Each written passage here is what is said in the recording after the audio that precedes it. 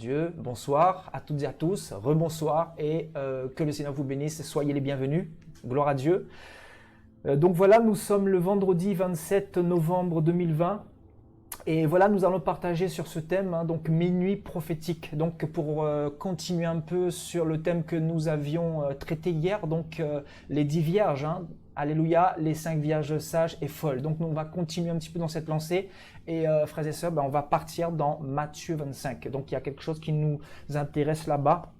Et voilà, on va lire la parole et on va se laisser conduire par le Seigneur. Le Seigneur va nous éclairer ce soir. Alléluia. Comme d'habitude, on se laisse conduire par le Seigneur. Gloire à Dieu. Allez, on va partir dans Matthieu au chapitre 25. Alléluia. À partir du verset 1. Alléluia.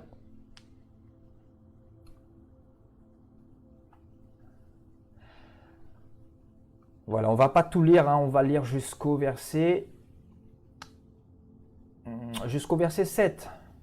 Alors le royaume des cieux sera semblable à 10 vierges qui, ayant pris leurs lampes, allèrent à la rencontre de l'époux. 5 d'entre elles étaient folles et 5 sages. Les folles, en prenant leurs lampes, ne prirent point d'huile avec elles, mais les sages prirent avec leurs lampes de l'huile dans des vases. Comme l'époux tardait, toutes s'assoupirent et s'endormirent. Au milieu de la nuit, on cria « Voici l'époux, allez à sa rencontre. » Alléluia. Voilà, je ne vais pas redire ce que on a dit hier dans le thème qu'on a traité, donc les 10 vierges. Donc pour tous ceux qui n'ont pas été présents hier, vous pouvez revoir l'enseignement d'hier soir. Voilà, en différé bien sûr. Gloire à Dieu. Voilà, ce soir nous allons vraiment plonger notre regard sur ce milieu de la nuit, Donc, le milieu de la nuit ici représente quoi? Représente minuit. D'un point de vue physique et d'un point de vue spirituel, ça représente le paroxysme de la puissance des ténèbres.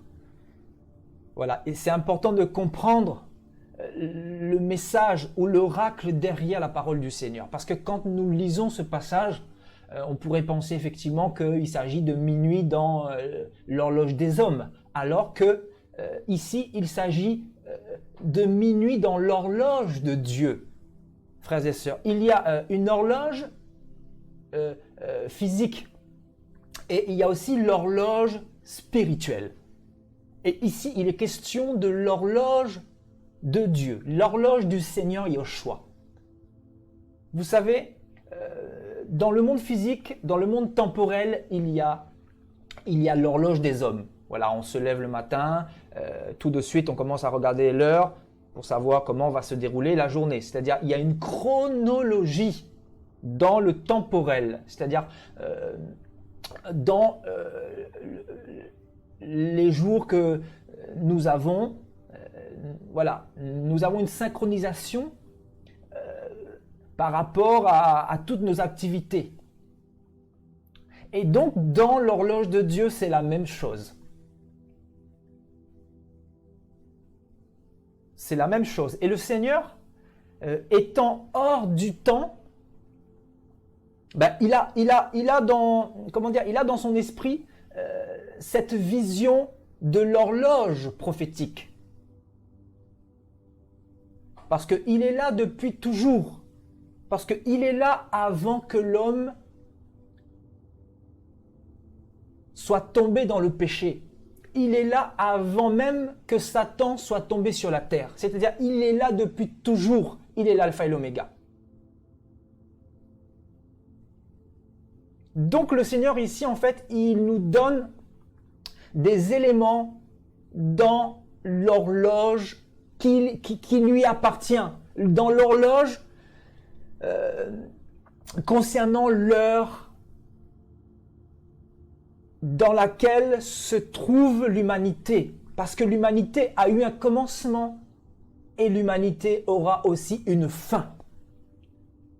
Nous avons déjà lu dans la parole que Satan sera enfermé pendant 1000 ans, que Satan sera relâché, que Satan, sa place sera le lac de feu, etc. Donc, il y aura une fin à tout ça. Et donc, dans cette chronologie, le Seigneur, en fait, est venu pour nous situer l'endroit dans lequel nous trouvons actuellement. Alléluia. Ici, on nous parle de l'époux qui tardait. Et ici, l'époux, bien sûr, c'est Jésus. Et on nous dit que, comme l'époux tardait, les chrétiens vont s'assoupir et s'endormir. Vous voyez? Et nous avons vu aussi hier que si Jésus tardait, c'est parce que il veut sauver le plus grand nombre de personnes. Pierre nous dira dans son épître, le Seigneur ne tarde pas, mais il veut sauver le plus grand nombre. C'est pour ça que il permet que l'enlèvement n'ait pas encore lieu. Le Seigneur aimerait nous sauver de ce chaos actuellement. Il aimerait venir nous prendre. Il aimerait venir nous chercher. Mes frères et sœurs, il y a encore nos familles sur la terre. Il y a encore des personnes sur la terre que le Seigneur aimerait sauver. Oui, c'est difficile pour nous. Nous traversons une période sans précédent. Une période très angoissante. Une période très frustrante. Une période où nous nous posons toutes sortes de questions. N'est-ce pas, frères et sœurs? En ce moment, on se pose des questions, notamment, comme vous le savez, sur le vaccin. On se pose des questions, mais comment on va faire dans la suite des temps si on nous impose le vaccin? Comment on va faire pour voyager, pour voir nos familles? Si, admettons, on refuse ce vaccin. Vous savez, il y a toutes sortes de pensées qui nous viennent à l'esprit. Et c'est humain, parce que dans ce corps humain, en fait, on a tendance à s'inquiéter, à être dans les soucis, à se poser des questions. Donc ça, c'est humain. C'est pour ça que le Seigneur a dit, ne vous inquiétez pas pour votre vie. Et surtout qu'il fallait lui faire confiance. Et aujourd'hui, plus que jamais, l'humanité est profondément angoissée. Donc l'humanité déjà se pose des questions. Quand je dis l'humanité, c'est les êtres humains d'un point de vue général, mais surtout les chrétiens. Les chrétiens aussi sont dans cet état d'inquiétude. Les chrétiens se posent des questions parce qu'ils sont conscients que la Bible parle de la marque de la bête, sans laquelle personne ne pourra ni acheter ni vendre. Donc les chrétiens sont conscients de cette liberté qui est de plus en plus retirée, de cette dictature qui est de plus en plus imposée. Les chrétiens sont conscients que les ténèbres influencent puissamment toute la terre et de plus en plus et de manière exponentielle, de manière grandissante. Donc pourquoi je dis les chrétiens? Parce que les chrétiens ont l'esprit réveillé. Parce que l'Esprit de Dieu en nous fait que nous avons l'esprit réveillé et que nous sommes conscients de tout ce qui est en train de se passer. Donc forcément, les circonstances actuelles des événements mondiaux, ça nous trouble. Ça peut nous angoisser. On se pose des questions, on n'arrive pas trop à se projeter dans le futur. On se dit, mais quelle va être la suite?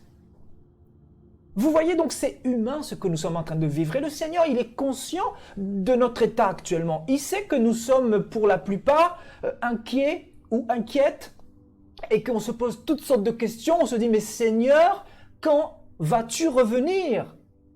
Parce que nous ne voulons pas qu'on nous impose ci ou ça. On ne veut pas qu'on nous impose le vaccin, qu'on nous impose des choses pour pouvoir nous contrôler. Donc forcément c'est humain. On parle de quoi? On parle de pistage, on parle de carnet de vaccination, pour éventuellement prendre l'avion, etc., pour se déplacer. Donc en fait, on sent que cette prophétie concernant la marque de la bête, en fait, on est rentré dans cette prophétie-là. Je dis bien, on est rentré, parce qu'officiellement, la marque de la bête ne va pas arriver maintenant. Parce que la marque de la bête a un rapport direct avec l'argent. C'est-à-dire, si nous n'avons pas la marque de la bête, nous ne pourrons pas faire des achats, nous déplacer également, aller chez le médecin, chez le boulanger, etc. Donc là, en ce moment, si par exemple on nous impose un vaccin, c'est bien sûr, c'est vrai que ça va restreindre nos libertés. On ne pourra pas voyager, par exemple, si nous n'avons pas ce vaccin. Mais nous pourrons néanmoins continuer d'acheter, nous pourrons continuer à faire du commerce, etc. Donc vous voyez, la marque de la bête ne concerne pas le vaccin dans un premier temps. Après, il est important de situer un petit peu l'endroit dans lequel nous nous trouvons. Mais forcément, on est rentré dans cette prophétie de la marque de la bête. Donc, on comprend que les ténèbres influencent profondément la terre en ce moment. Et que nous sommes rentrés dans une période sans précédente. On entend parler de nouvel ordre mondial, donc il y a de quoi déprimer. On entend parler de choses, d'épidémies. On voit beaucoup de signes subliminaux, on voit des personnes montrer clairement qu'ils appartiennent au diable par des gestes subliminaux, etc. Vous voyez, par des signes sataniques, par des langages aussi subliminaux. Donc en fait, on comprend que le monde va très très mal. Il y a des lois impies qui sont votées, l'homosexualité qui est de plus en plus officialisée, les troubles que nous voyons de plus en plus. Les révoltes populaires que nous avons vues par exemple en France avec les gilets jaunes, les personnes qui vont de plus en plus dans les rues pour manifester, pour aller crier à l'injustice, etc. Et donc nous voyons qu'il y a une augmentation des troubles et avec ce Covid-19, il y a beaucoup de personnes qui sont en train de perdre leur travail, leur emploi, et qu'il va y avoir beaucoup de misère, beaucoup de famine. Et actuellement, d'ailleurs, il y a des personnes qui sont tellement angoissées qu'ils finissent par se suicider, qui finissent par ne plus avoir d'espoir. Il y a des femmes qui sont battues, il y a des femmes qui sont tabassées, il y a des enfants qui sont tabassés lors de ces confinements. En fait, tous ces éléments, toutes ces informations, en fait, ne peuvent que nous déprimer, frères et sœurs. Soyons honnêtes. Parce que toute cette actualité-là nous absorbe profondément. Et forcément, ça nous impacte. Mais maintenant, est-ce que nous devons être dans cet état d'esprit, c'est-à-dire cet état d'esprit d'angoisse permanente? Oui, nous sommes humains, frères et sœurs. Mais est-ce que nous ne devrions plutôt pas nous ressaisir, frères et sœurs, parce que le monde compte sur nous? Et parce que nous devons être réveillés et conscients où nous sommes dans l'horloge de Dieu. Et où sommes-nous dans l'horloge de Dieu? Le Seigneur nous a parlé de minuit. Et là, ce soir, nous allons plonger notre regard sur ce minuit prophétique. Parce qu'il y a le minuit physique dans notre horloge. Là, ici, sur Paris, il est 20h33, exactement. Et dans l'horloge de Dieu, il y a aussi l'heure de Dieu. Et dans l'heure de Dieu, il y a des éléments qui montrent où Satan en est dans son programme. Parce que Dieu a donné à Satan un temps bien spécifique dans lequel il va mettre ses plans en place, dans lesquels il va œuvrer, dans lesquels il va gouverner. Et bien sûr, c'est Adam et Ève qui ont donné cette clé-là à Satan. Ce n'est pas Dieu. Dieu lui a permis de récupérer ces clés-là pour gouverner. Au commencement, il n'en était pas ainsi. Donc vous voyez, il y a l'horloge des hommes, mais il y a aussi l'horloge de Dieu. Et dans l'horloge de Dieu, il y a ce qu'on appelle la puissance des ténèbres. Le Seigneur dit quoi? Regardez, on va repartir dans Matthieu 25. Regardez. Comme les poules tardaient, on nous dit, toutes s'assoupir et s'endormir. Donc on nous montre clairement, le Seigneur nous dit clairement que il arrivera un temps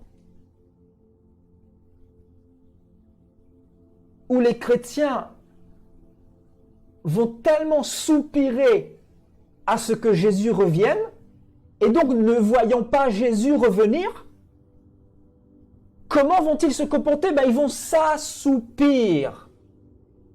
C'est-à-dire, ils vont s'endormir. Vous savez pourquoi s'assoupir? Pourquoi s'endormir? Parce qu'il y a le découragement. Parce qu'il y a le relâchement. En fait, le Seigneur nous montre clairement qu'à minuit, minuit représente quoi dans l'horloge de Dieu? Minuit représente le paroxysme du mal, le paroxysme des ténèbres, le paroxysme du chaos, le paroxysme des guerres, la famine, des pestes, la maladie, les personnes qui meurent, vous voyez, mais surtout le péché. Minuit dans l'horloge de Dieu représente quoi? Représente le péché qui est devenu banal, le péché qui est répandu, le péché ou le mal qui est appelé bien, le bien qui est appelé mal. C'est ça, frères et sœurs, minuit dans l'horloge de Dieu. Dans l'horloge de Dieu, minuit veut dire vraiment le paroxysme des ténèbres, c'est-à-dire des lois impies qui sont votées, des choses qui sont mises en place pour nous imposer des dictatures. C'est ça, minuit. Vous n'avez pas compris qu'on est déjà à minuit, là, frères et sœurs, qu'on est presque à la veille de l'enlèvement de l'Église, là, que Jésus ne peut que revenir, que Jésus ne peut qu'intervenir, qu'il est une question de secondes dans l'horloge de Dieu. Ce n'est pas une question de jours ou d'années dans l'horloge de Dieu, c'est une question de secondes. Le Seigneur peut revenir à n'importe quel moment. Donc minuit, c'est quoi? Minuit, ce sont ces dictatures qu'on est en train de nous imposer, ces restrictions de liberté. On vous empêche de sortir, on vous empêche de respirer la nature que Dieu a créée, l'air pur que Dieu a créé. On vous impose des confinements, on vous impose d'être en prison chez vous. Vous voyez pas que on est à minuit. On est à minuit. Minuit, c'est ça. Minuit, c'est le péché partout. Et donc, quand je dis péché partout, bien sûr, c'est toutes ces boîtes de nuit, c'est les gens qui aiment les choses du monde, les gens qui aiment plus le monde que Dieu, les gens qui aiment plus le travail que Dieu, les gens qui aiment plus le péché que Dieu. Donc, qu'est-ce que le Seigneur a fait? Il a fermé tout ça, il a fermé les boîtes de nuit, il a fermé les endroits où il y avait le péché, il a confiné aussi le péché d'un point de vue spirituel. On pourrait le voir comme ça. Vous voyez donc, minuit représente vraiment une période bien particulière où on est dans un chaos généralisé. Et en ce moment, quand on regarde le monde, on ne peut que parler de chaos. Je suis désolé. Pourquoi? Parce que depuis le mois de mars, on se retrouve confiné. On a été confiné en France une fois. Là, on est confiné une deuxième fois. On a connu un couvre-feu. On voit des personnes qui meurent. On voit qu'on nous parle de vaccins. On voit qu'on nous parle de carnet de vaccination. On voit qu'on nous dit que nous avons besoin de faire des tests PCR pour savoir si nous avons le Covid. Sinon, nous ne pouvons pas nous rendre dans certains pays. Vous voyez pas que là, c'est le paroxysme de minuit, là. Là, vous voyez pas qu'on est à minuit, là? Que les éléments sont sous nos yeux, là? Et je vous avais donné un message prophétique de la part du Seigneur, et je vous disais que si la chose se répétait deux fois, notamment le confinement, c'est prophétique. Le Seigneur nous donne cette inspiration-là, c'est pas par hasard. Si les choses se répètent une seconde fois, c'est que la chose est arrêtée devant Dieu. La chose est arrêtée devant Dieu, comme au temps de Joseph. Vous vous souvenez de ces deux songes que Pharaon avait reçus concernant la famine qui allait s'abattre en son temps, en son époque. Vous voyez? C'est-à-dire, c'est arrêté devant Dieu. Là, le Seigneur nous montre clairement, quand il permet que ces confinements se répètent, il nous montre clairement que les signes sont plus que évidents. Que là, on est passé minuit, frères et sœurs. Et on doit comprendre dans quel temps nous sommes, parce que si nous ne savons pas, si nous ne prenons pas conscience de quel temps dans lequel nous sommes actuellement, nous pourrions rater l'enlèvement de l'Église. Vous savez pourquoi? Parce que les chrétiens, au lieu de se relever, au lieu de relever la tête, au lieu de continuer à combattre dans la prière, au lieu d'encourager leurs frères, ils vont faire quoi? Comme dans Matthieu 25, ils vont s'assoupir, ils vont s'endormir, c'est-à-dire ils vont se décourager. Ils vont se morfondre de tristesse, de déprime, et c'est le cas. Est-ce que ce que je vous dis, c'est vrai ou pas? Les gens ne dépriment-ils pas en ce moment-là? C'est moi qui le dis ou pas? Ou c'est la parole de Dieu? C'est Jésus qui le dit. Jésus a dit quand il serait pas très loin, quand on dira « Voici l'époux allé à sa rencontre », c'est ça, quand on dit « Voici l'époux allé à sa rencontre », on entend par là quoi? On entend par là « Jésus revient ». N'avons-nous pas entendu ce message depuis déjà des années et des années? Les chrétiens, ils prêchent quoi en ce moment? Dans les métros, dans les rues, dans les églises, enfin, dans les vraies églises, bien sûr, où la parole, elle est prêchée dans son intégralité, dans sa véracité. On entend quoi comme message? Le message, c'est quoi? Le vrai message, c'est quoi? Le message du temps, c'est quoi? Le message qui a un rapport direct avec l'horloge de Dieu, c'est quoi? C'est Jésus revient. C'est ça le message. C'est ça le message qu'on aurait dû déjà prêcher dans plusieurs églises, mais au lieu de ça, c'est l'apostasie. Parlons-en de l'apostasie. L'apostasie, c'est quoi? C'est minuit prophétique. L'apostasie, c'est quoi? L'argent qui est prêché, les hommes qui sont adorés, qui sont adulés. C'est quoi ça? Ça s'appelle l'apostasie. Donc, on est effectivement dans le minuit prophétique. Et donc, quand on dit, regardez, voici l'époux allé à sa rencontre. Voici l'époux allé à sa rencontre. C'est quoi la résonance de ce message? C'est Jésus revient. C'est-à-dire, nous entendons le son du chauffard qui dit que Jésus revient. Oui, mais Jésus revient, mais il est où? Il est où? Il y a plusieurs chrétiens qui nous disent, mais ça fait longtemps, ça fait des années, ça fait des décennies qu'on nous prêche que Jésus revient. Mais il est où? Et donc, vu que Jésus n'est pas revenu, qu'est-ce qu'on fait? On s'assoupit. On s'endort.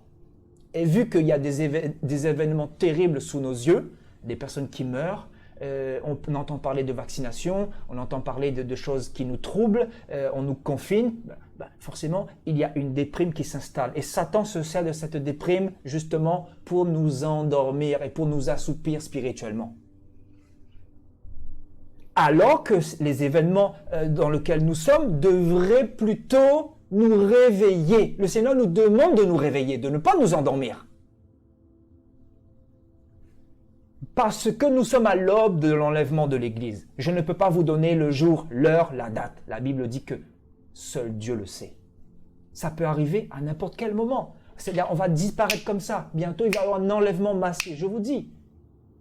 Et moi, je crois que le Seigneur va laisser encore les ténèbres monter en paroxysme parce que ça va continuer à monter, parce que le Seigneur veut sauver aussi un grand nombre de personnes. Et juste quand les chrétiens ne pourront vraiment plus, là, le Seigneur va intervenir. C'est-à-dire, quand les chrétiens, premièrement, ne pourront vraiment plus, parce que là, voilà, frères et sœurs, là, c'est un petit bobo, là, c'est un petit bobo. La Bible dit que nous n'avions pas encore à souffrir contre le sang. Vous voyez, on n'a pas connu le sang dans la souffrance. Vous voyez ce que je veux dire? Donc, premièrement, le Seigneur, il va permettre déjà aussi pour façonner notre caractère, pour nous perfectionner premièrement. Et deuxièmement, c'est pour rassembler les brebis qui ne sont pas encore prêtes. Et pendant ce coronavirus, le Seigneur a effectivement réveillé plusieurs vierges qui étaient folles. C'est-à-dire les vierges, en fait, se sont réveillées pour s'équiper. On a vu que les vierges folles, si elles ne sont pas allées jusqu'au bout dans l'objectif de rencontrer l'époux, c'est parce qu'elles n'avaient pas suffisamment d'huile. Et l'huile, en fait, c'est important et primordial. Pourquoi? Pour la lampe. Pourquoi la lampe? Parce que la lampe doit éclairer le chrétien. Et pourquoi un chrétien doit être éclairé par cette lampe? Pourquoi il faut que le chrétien ait assez de carburant et de kérosène pour que cette lampe éclaire? C'est parce que il marche dans la puissance et dans le paroxysme de ce monde de ténèbres. C'est-à-dire, il doit avoir suffisamment d'huile. il doit avoir suffisamment d'huile pour pouvoir voir dans quelle direction il se dirige. Pour savoir s'il se dirige vers le chemin de Christ ou dans le chemin de Satan. C'est-à-dire le chemin de la déprime, le chemin du découragement, le chemin de la perte de la foi. Vous voyez, c'est pour ça qu'il faut de l'huile, c'est pour ça qu'il faut du carburant, du kérosène. Je vous disais hier que la vie chrétienne, c'est quoi? C'est comme l'achat d'un billet d'avion. C'est-à-dire quand vous vous convertissez au Seigneur, vous achetez un billet d'avion en fait. C'est-à-dire vous allez quelque part. Voilà. Vous achetez un billet d'avion dans le but de commencer un voyage. Et le voyage, en fait, c'est en direction de la rencontre de l'époux. Et bien sûr, pendant ce voyage, il va y avoir beaucoup de turbulences. Il va y avoir beaucoup de turbulences. Et pendant ce voyage, le moteur de l'avion aura besoin de kérosène, c'est-à-dire de l'huile. Parce que un avion ne peut pas arriver à destination si il n'a pas assez de kérosène. Et vu que le Seigneur seul connaît l'heure de la destination finale, l'heure à laquelle nous allons arriver, ou l'heure à laquelle il reviendra nous chercher, en fait, il nous donne de l'huile en permanence, c'est-à-dire il nous donne du kérosène en permanence pour que nous puissions rester dans le vol. Vous comprenez? Que nous puissions rester dans le vol et surtout ne pas atterrir. Parce que celui qui atterrit, c'est celui qui commence à s'endormir. C'est celui qui commence à s'assoupir. C'est celui qui commence à décourager. Bien sûr, frères et sœurs. Et c'est le cas de plusieurs chrétiens. Je vous dis, on vit une saison où, avec les événements mondiaux, plusieurs qui sont éprouvés par tout ce qui se passe vont finir, je vous dis, par se décourager, par baisser les bras, par même renier le Seigneur. C'est pour ça que nous devons comprendre dans quel temps nous sommes. Quelle est l'heure dans l'horloge de Dieu? Dans l'horloge des hommes, tout pourrait paraître bien pour certaines personnes, c'est qu'un petit virus.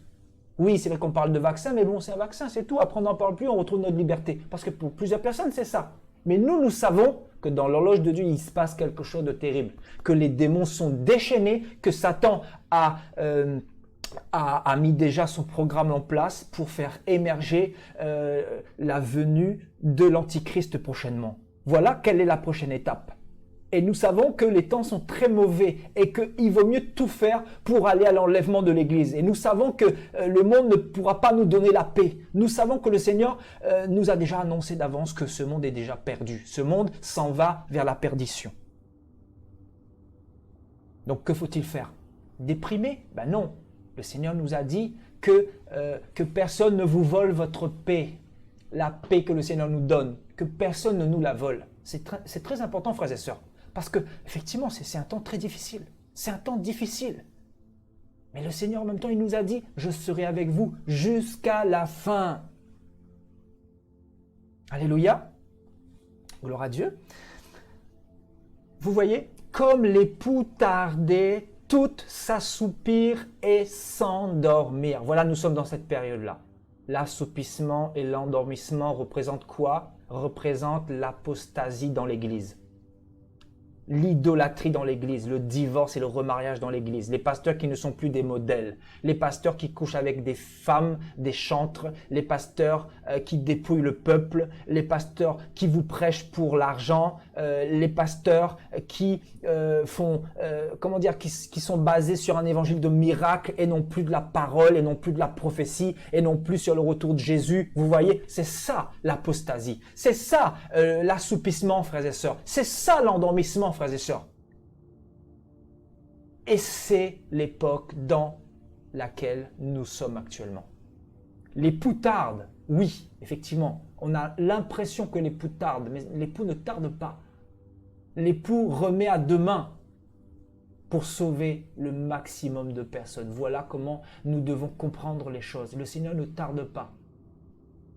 Mais il use de patience, dira Pierre. Il use de patience, ne voulant qu'aucun périsse, mais que tous arrivent à la repentance. Vous voyez, on nous dit, au milieu de la nuit, on cria, voici l'époux, allez à sa rencontre. C'est ça. Le message en ce moment, c'est Jésus revient. Voici l'époux, Jésus revient. Vous devez comprendre ce passage-là comme ça.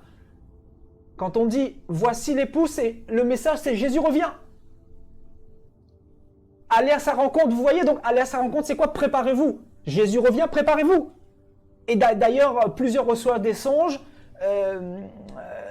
dans lesquels le Seigneur leur dit clairement qu'il revient, qu'il n'est plus très loin, qu'il faut se préparer, qu'il faut mettre sa vie en règle, qu'il faut demander pardon, qu'il faut, qu'il faut mettre de l'ordre dans son couple, dans son foyer, dans sa famille, qu'il faut mettre de l'huile dans son vase, qu'il faut s'équiper pour pouvoir aller jusqu'au bout. Vous savez pourquoi le Seigneur dit pourquoi il nous dit voilà, aller à la rencontre, aller à sa rencontre? C'est-à-dire c'est un cheminement. Et dans ce cheminement, il nous faut bien sûr absolument suffisamment d'huile. Parce que vous savez, dans ce passage-là, donc aller à sa rencontre, je vous ai dit hier qu'il y aura beaucoup d'obstacles, beaucoup de combats, beaucoup d'angoisse également, beaucoup de perturbations, beaucoup de turbulences. Vous savez, quand vous êtes dans les airs là, vous avez déjà peut-être connu ça pour ceux qui ont déjà pris l'avion. Hein, l'avion qui bouge comme pas possible. Là, je vous dis, j'ai peur de l'avion. Ah, c'est quelque chose là, c'est terrible. Ah oui, à chaque fois je suis dans une turbulence, là, je ne vous dis pas ô combien j'ai peur. Ah, c'est quelque chose de terrible. C'est là que tu comprends que là, tout peut arriver, là, que l'avion peut être foudroyé. Et tu te dis, mais Seigneur, c'est là que tu commences à prier dans cette turbulence. Tu te dis, mais Seigneur, sauve-moi. Là, dans ton cœur, tu es en train de prier, là, personne t'entend, mais là, tu fermes les yeux et là, tu es en train de prier. Tu dis, Seigneur, aide-moi, protège-moi. Les turbulences, là, hein? Les turbulences sont réelles aussi dans le monde spirituel. C'est-à-dire, nous sommes dans les turbulences actuellement. Nous sommes en pleine zone de turbulence. Voilà ce que nous sommes en train de vivre en ce moment. Et cette zone de turbulence, c'est ce coronavirus, c'est cet esprit de peur, cet esprit de panique généralisée, cet esprit d'angoisse qu'on veut véhiculer à travers les médias. Mais que font les pasteurs? Que fait l'Église? Quel est le message de l'Église? C'est quoi le message de l'Église? Le message de l'Église, c'est « Voici l'époux Jésus revient, allez à sa rencontre, préparez de l'huile, mettez assez d'huile dans vos lampes. Méditez la parole, restez dans la proximité avec le Seigneur pour ne pas baisser les bras, pour ne pas atterrir. » Parce que nous sommes comme dans un avion, frères et sœurs. Nous allons quelque part. Nous allons en direction du ciel. C'est-à-dire, le Seigneur revient bientôt. Nous allons être enlevés avec lui. Donc, nous sommes déjà partis, en fait. C'est ça qu'il faut comprendre. Nous sommes déjà partis dans l'esprit. Et officiellement, ça va se concrétiser bientôt, cette rencontre-là. Vous voyez? C'est-à-dire, un chrétien, en fait, du moment où il se convertit, il n'est plus sur la terre. Il est déjà parti avec le Seigneur. D'ailleurs, c'est pour ça que, vous voyez le langage que le Seigneur emploie dans la parole. Le Seigneur dit quoi? Que nous sommes déjà assis avec lui dans les lieux célestes. Vous savez, ce langage-là, là, le Seigneur montre clairement que nous sommes déjà avec lui. Nous n'avons pas à être troublés. La Bible dit que celui qui vous touche, touche à la prunelle de ses yeux.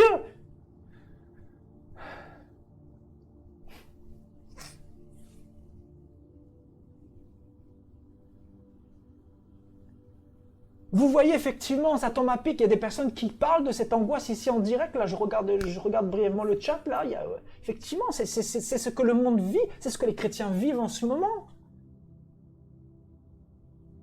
Mais justement, c'est pas l'heure. C'est pas l'heure de s'angoisser. Il faut se relever. Il faut relever la tête, frères et sœurs. Le Seigneur est à la porte. Comme l'époux tardé. Écoutez bien, c'est fort. Toutes les vierges, c'est-à-dire, d'une manière générale, plus de 90%, ou quasiment tous les chrétiens. Là, l'image que le Seigneur donne, c'est carrément tous les chrétiens qui s'endorment et qui s'assoupissent. C'est quand même terrible. Et quand on parle d'assoupissement, on parle de quoi? D'angoisse, de découragement, bah bien sûr. Quelqu'un qui s'assoupit, c'est quelqu'un qui baisse la garde. C'est quelqu'un qui commence à s'apitoyer. C'est quelqu'un qui commence à dire, ben voilà, là on est dans une période vraiment terrible. Seigneur, comment on va faire? On se pose toutes sortes de questions. Parce qu'on fonctionne comme ça, nous les êtres humains. On fonctionne comme ça, les êtres humains. Mais nous devons comprendre que justement, ce n'est pas l'heure. Le Seigneur montre clairement la période dans laquelle nous sommes, c'est-à-dire l'état. Vous voyez, c'est un état spirituel en fait. En fait, ici, on voit premièrement une période spirituelle et un état spirituel dans cette période spirituelle. Vous voyez? Donc, on voit une période spirituelle qu'on appelle minuit, c'est-à-dire le paroxysme des ténèbres. Satan qui met son programme en place de plus en plus et il est en train de mettre l'accent beaucoup sur la dictature, sur l'enfermement des libertés individuelles, etc., sur la vaccination, sur son projet de contrôle, effectivement. Donc, l'état spirituel. Et voilà, donc ça c'est le, comment dire, la période spirituelle, donc il est minuit. Et vous avez l'état spirituel, donc l'assoupissement et l'endormissement des chrétiens, qui sont aussi troublés que les païens. Et c'est pas normal, c'est pas normal.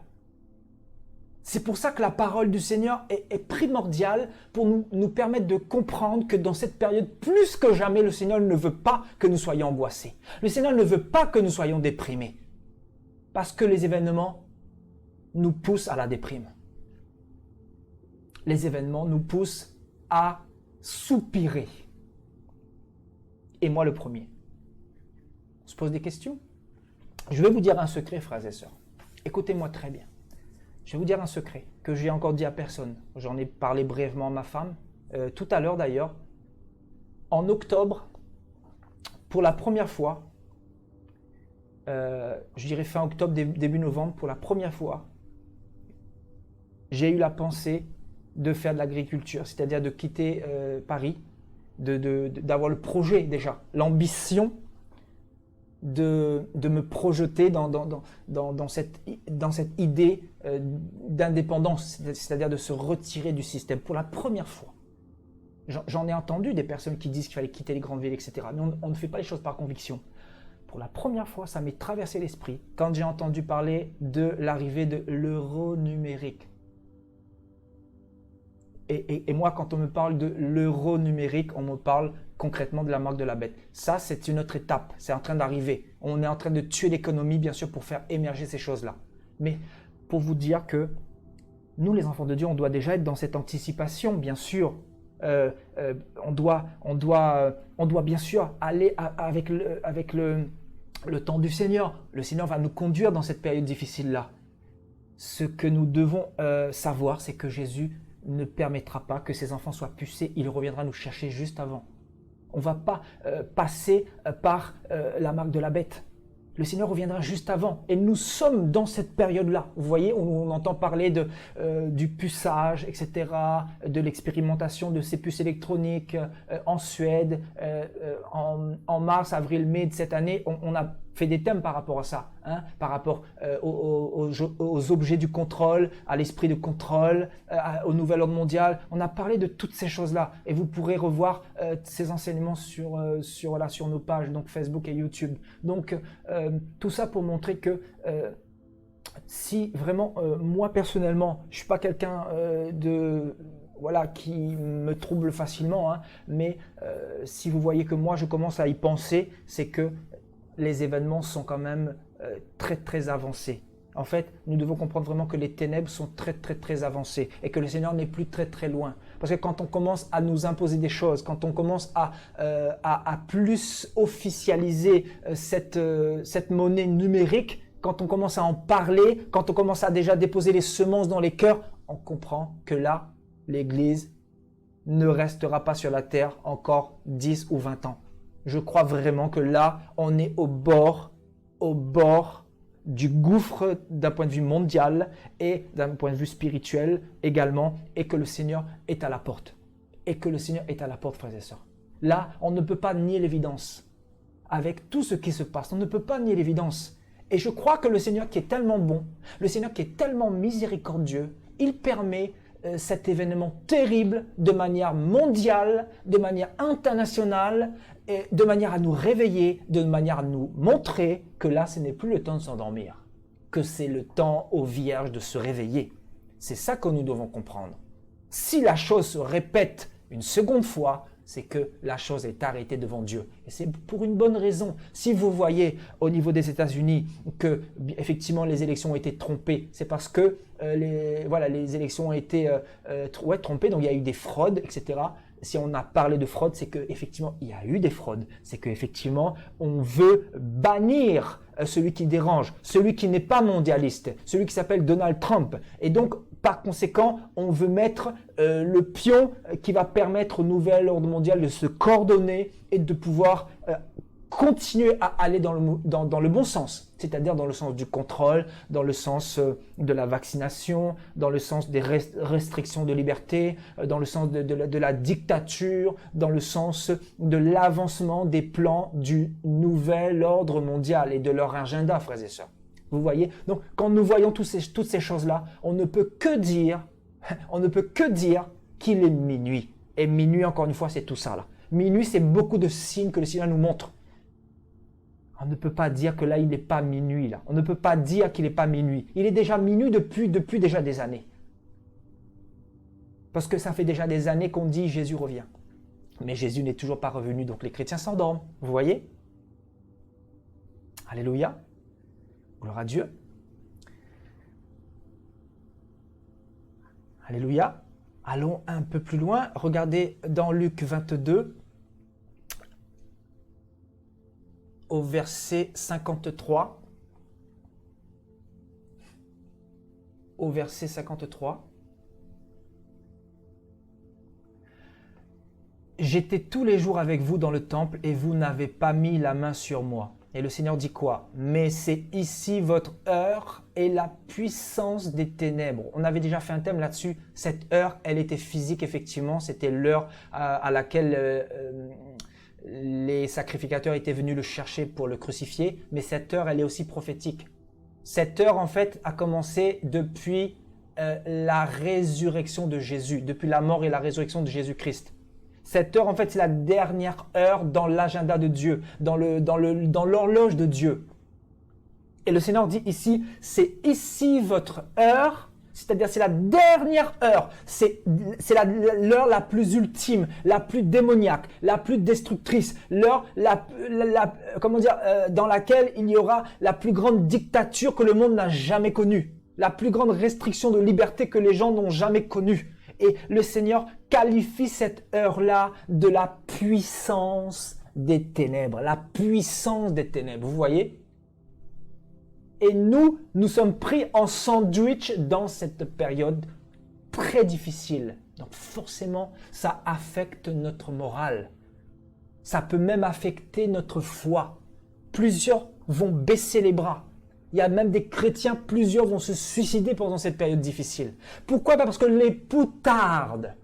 C'est pour ça que Jésus a dit quoi? Vous aimerez votre Dieu de tout votre cœur. Celui qui aime Jésus de tout son cœur, c'est celui qui va attendre, qui ne va pas se lasser l'âme découragée. C'est celui qui va croire dans les promesses du Seigneur. C'est ça la foi, frères et sœurs. C'est pour ça que le Seigneur a dit, quand je reviendrai, trouverai-je la foi dans le monde? Dans le cœur de mes enfants, la foi. Plusieurs vont perdre la foi. Mes frères et sœurs, ce message justement, c'est donné par Dieu afin que nous puissions garder la foi dans ce temps qui est la dernière heure dans l'horloge de Dieu et aussi la puissance ultime des ténèbres. Vous voyez? Donc ces ténèbres-là, on va partir un petit peu dans ce terme grec là. Donc les ténèbres ici, on fait référence à quoi? Font référence à quoi? Les ténèbres. On va le voir.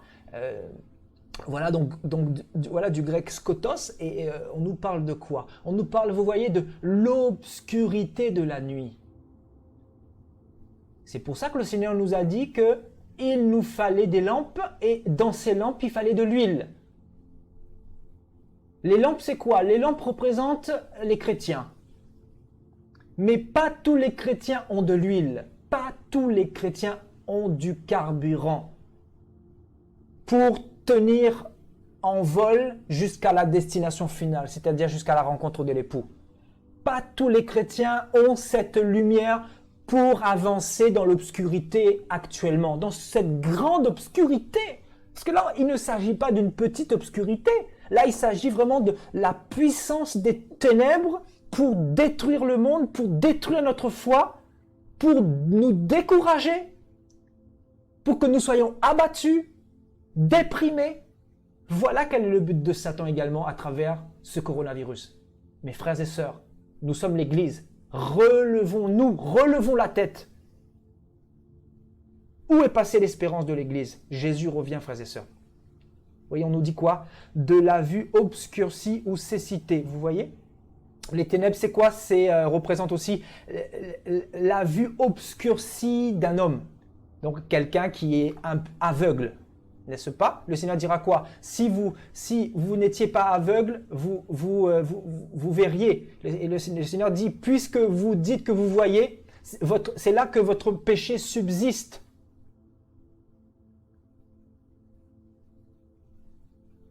Vous voyez, on nous parle de la vue obscurcie, c'est-à-dire les chrétiens n'arrivent pas à voir au loin, c'est-à-dire sur cette route-là, ils tâtonnent, ils avancent à compte-gouttes, ils avancent à petits pas. Pourquoi? Parce qu'ils n'ont pas de visibilité, parce qu'il n'y a pas, la lampe n'éclaire pas suffisamment fortement. Vous voyez?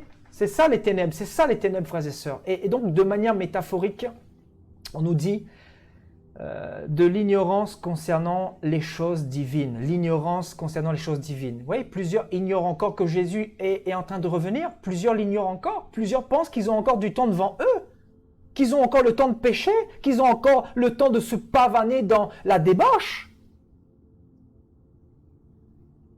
Plusieurs sont encore dans l'ignorance par rapport à la venue de l'Antichrist.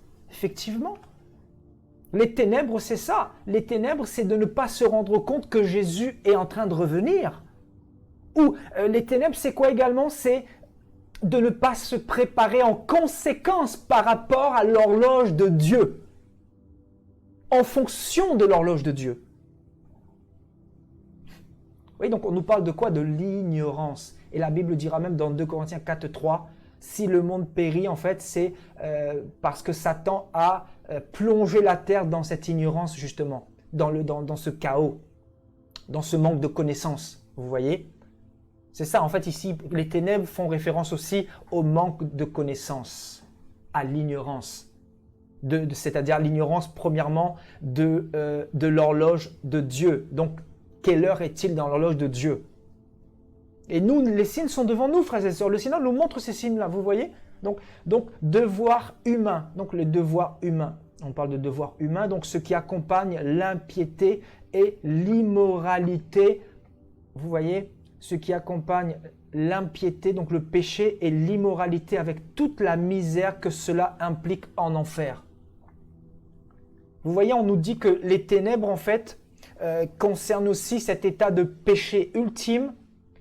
Donc, le péché accompagne les ténèbres. L'immoralité accompagne les ténèbres. En fait, si vous voulez, le péché, c'est la sœur ou le frère des ténèbres. Et l'immoralité, bien sûr, c'est la sœur des ténèbres. Donc, vous voyez, c'est de la même famille. Vous voyez, donc, ce qui accompagne l'impiété et l'immoralité. Et c'est ce que nous voyons aujourd'hui. L'immoralité sexuelle, on nous parle d'homosexualité par la bouche même de certaines autorités spirituelles, comme le pape, hein, bien sûr, qui dit ouvertement qu'il faudrait légaliser l'homosexualité, homme avec homme, que les homosexuels ne doivent pas être privés d'avoir une famille, d'avoir des enfants. Vous voyez, c'est ça l'immoralité, frères et sœurs. C'est ça la puissance des ténèbres. Le Seigneur, en fait, cette année, nous a montré véritablement beaucoup d'éléments qui nous permettent de comprendre que c'est vraiment la puissance des ténèbres qui se déploie de manière grandiose. Et que Jésus va revenir. Alléluia. Et au petit 2, on nous dit les personnes dans lesquelles l'obscurité devient visible et les dirige. Vous voyez?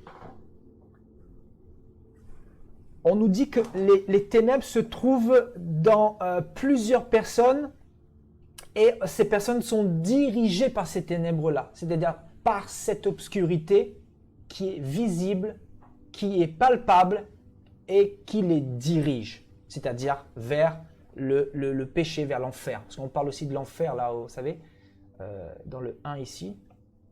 Vous voyez? Donc effectivement, nous sommes dans une période très difficile et si nous voyons le coronavirus, c'est parce qu'il y a le péché qui est répandu, c'est parce qu'il y a le mal qui est répandu, c'est parce que l'homme ne veut pas de Dieu, c'est parce que l'homme a rejeté Dieu, c'est parce que le Dieu de ce monde, c'est le péché. Voilà pourquoi le Seigneur permet de tels fléaux. Hein, n'est-ce pas, frères et sœurs? Dans l'Ancienne Alliance, nous avons vu des pestes que le Seigneur avait permis.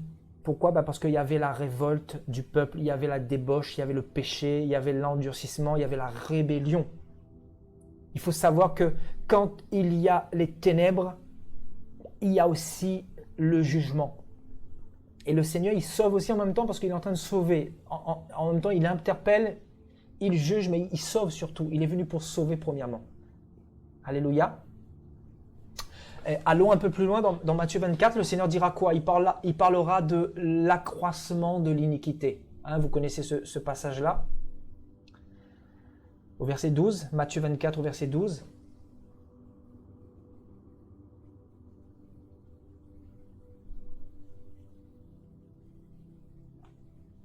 Et parce que le péché ou l'iniquité se sera accru du verbe accroître, c'est-à-dire grandir. Donc on nous dit que le péché va prendre de l'ampleur dans l'horloge de Dieu. C'est-à-dire plus les aiguilles vont avancer dans l'horloge de Dieu, plus le péché va prendre de l'ampleur. C'est pour ça qu'on parle de quoi? De minuit prophétique. Vous voyez, minuit représente vraiment la période où le péché est à son paroxysme. Et ça va continuer à grandir et à avancer dans le monde. Voilà, c'est ça qu'il faut comprendre. Il faut vraiment se préparer à ce que le mal puisse continuer à prendre de l'ampleur. Vous voyez, on nous parle de quoi? De l'amour du plus grand nombre qui va se refroidir. Et le Seigneur dit quoi? Regardez le verset 13, c'est important, hein? Voyez, donc, celui qui persévérera jusqu'à la fin sera sauvé. Vous voyez la persévérance, vous voyez le message que le Seigneur veut nous donner ce soir. Le Seigneur veut nous donner un message de persévérance, voilà, un message de persévérance pour continuer à avancer, à espérer, à se préparer, à s'équiper, parce qu'il n'est plus très loin, vraisemblablement. Tous les signes sont devant nous, frères et sœurs. Vous voyez? Vous voyez donc le péché qui va grandir, c'est ce qu'on appelle minuit prophétique ou aussi la puissance des ténèbres. Et frères et sœurs, allons dans 2 Pierre 2 pour vous montrer qu'il y a des serviteurs de Dieu dans la Bible qui ont été aussi éprouvés comme nous. C'est important de le comprendre. Parce que c'est humain, ils étaient humains comme nous et ils sont passés aussi par des choses très difficiles. Et donc ils étaient par conséquent des fois déprimés comme nous, angoissés comme nous. Mais ce sont des personnes qui n'ont pas perdu la foi. Alléluia. Qui ont gardé le cap. Qui ont mis de l'huile dans leur lampe. Voilà, on va lire 2 Pierre 2 à partir du verset 4. On va terminer l'enseignement et ensuite je vous laisserai l'antenne pour que vous puissiez un petit peu parler concernant les événements mondiaux. Qu'est-ce que vous pensez? Comment vous voyez les choses? Comment vous vivez la période actuelle? N'est-ce pas? Je vais vous laisser l'antenne après. On va terminer l'enseignement. Il y a encore quelques trucs à dire. Ensuite, je vous laisserai l'antenne pour intervenir, pas de problème. Car si Dieu n'a pas épargné les anges qui ont péché, mais s'il les a précipités dans les abîmes de ténèbres et les réserve pour le jugement, s'il n'a pas épargné l'ancien monde, s'il a sauvé Noé, lui, 8e, ce prédicateur de la justice, lorsqu'il fit venir le déluge sur un monde d'impies, s'il a condamné à la destruction et réduit en cendres les villes de Sodome et Gomorrhe, les donnant comme exemple aux impies à venir, et s'il a délivré le juste Lot, voilà, on y est, hein, le verset 7. Et si Dieu a délivré Lot, le juste, profondément attristé, regardez, on nous dit que Lot était profondément attristé. Vous voyez? Et on parle de quoi ici? De quelle époque? On parle aussi d'une époque très difficile de l'humanité, c'est-à-dire l'époque de Sodome et Gomorrhe. L'époque de Sodome et Gomorrhe était comparable à cette époque-là. Sauf qu'aujourd'hui, c'est encore plus pire avec Internet, avec la mondialisation, etc. Donc le péché est encore plus véhiculé facilement, parce qu'il y a tous les outils pour cela. Mais l'époque de Sodome et Gomorrhe est comparable à cette fin des temps-là. Et on nous dit que Lot était comme nous. Il était dans cette période où c'était très difficile, où le péché était partout, où l'homosexualité était partout. Donc, il y avait l'homosexualité qui était promue de manière naturelle. Et donc, lui, Lot, enfant de Dieu, enfant qui craignait Dieu, il était profondément attristé. Vous voyez les termes que la Bible qualifie l'état de Lot, là, ici. On nous dit que Lot était profondément attristé. Il était effectivement dans l'angoisse. Et je continue, donc, de la conduite de ces hommes. Vous voyez, il n'y a rien de nouveau sous le soleil. Donc, ça peut nous arriver effectivement, parce que nous sommes humains, frères et sœurs. Mais ce n'est pas pour autant que nous devons demeurer dans cet état-là. Donc, ces hommes s'enfreignent dans leur dissolution, car ce juste qui habitait, vous voyez, c'est juste qui habitait au milieu d'eux. Comme nous, aujourd'hui, nous habitons au milieu des pécheurs et des impies. Car ce juste qui habitait au milieu d'eux, et regardez ce qu'on nous dit ici, Lot se tourmentait journellement, c'est-à-dire il était tourmenté de manière quotidienne. Il tourmentait son âme à cause de tout ce qu'il voyait et de tout ce qu'il entendait de leurs œuvres criminelles. Vous voyez, effectivement, dans ces temps difficiles, nous sommes aussi tourmentés au niveau de notre âme à cause de tout ce que nous entendons dans les médias, à cause de tout ce que nous entendons de la part de ces représentants religieux, notamment le pape qui parlera ouvertement de l'homosexualité qui peut être une bonne chose pour l'humanité. Vous voyez, donc forcément, nous aussi, nous sommes tourmentés de cela. Nous sommes tourmentés de ce qui se passe dans le monde, de ces gens qui meurent, de ce fléau qui frappe. Nous, on est affectés, on est éprouvés, on est tourmentés à cause des restrictions de liberté qu'on nous impose. On est tourmentés à cause de ces confinements multiples. Je dis bien multiples parce que nous vivons actuellement le deuxième confinement. Nous sommes tourmentés à cause, bien sûr, des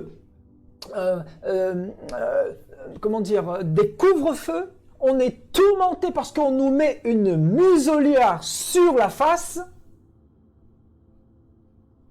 On est tourmentés parce qu'on nous dit que c'est le gel hydroalcoolique qui peut nous sauver alors que c'est Jésus qui est le sauveur. Vous voulez que je continue? C'est terrible, hein?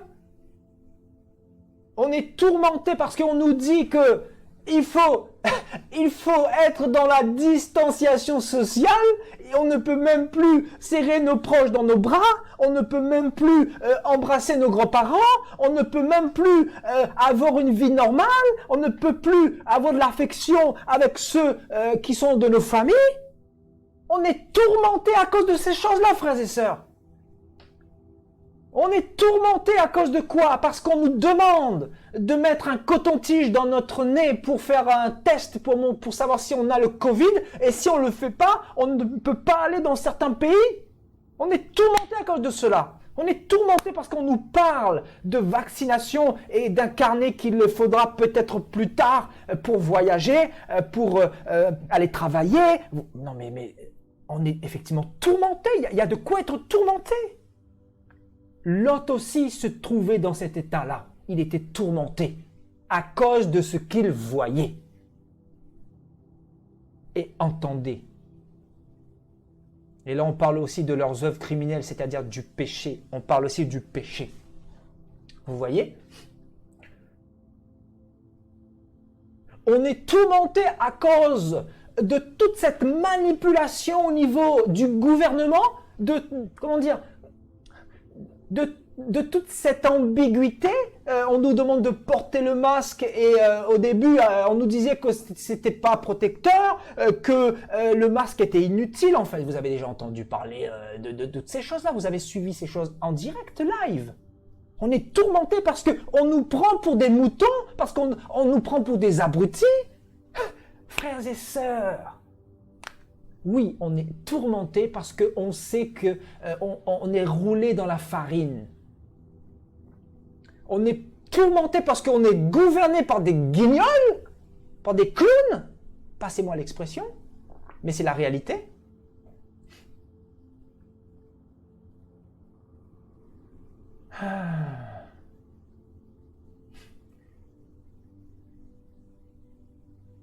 On est tourmenté parce que le peuple ne se réveille pas, parce que le peuple n'a pas compris quel était le vrai combat, quel était le bon combat, qui était de préparer son éternité.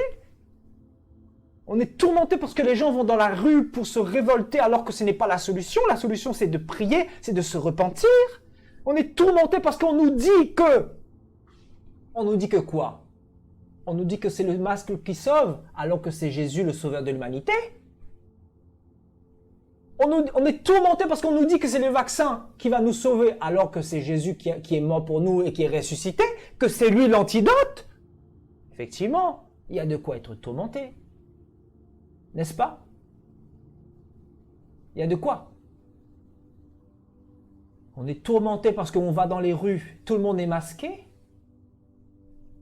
Masqué.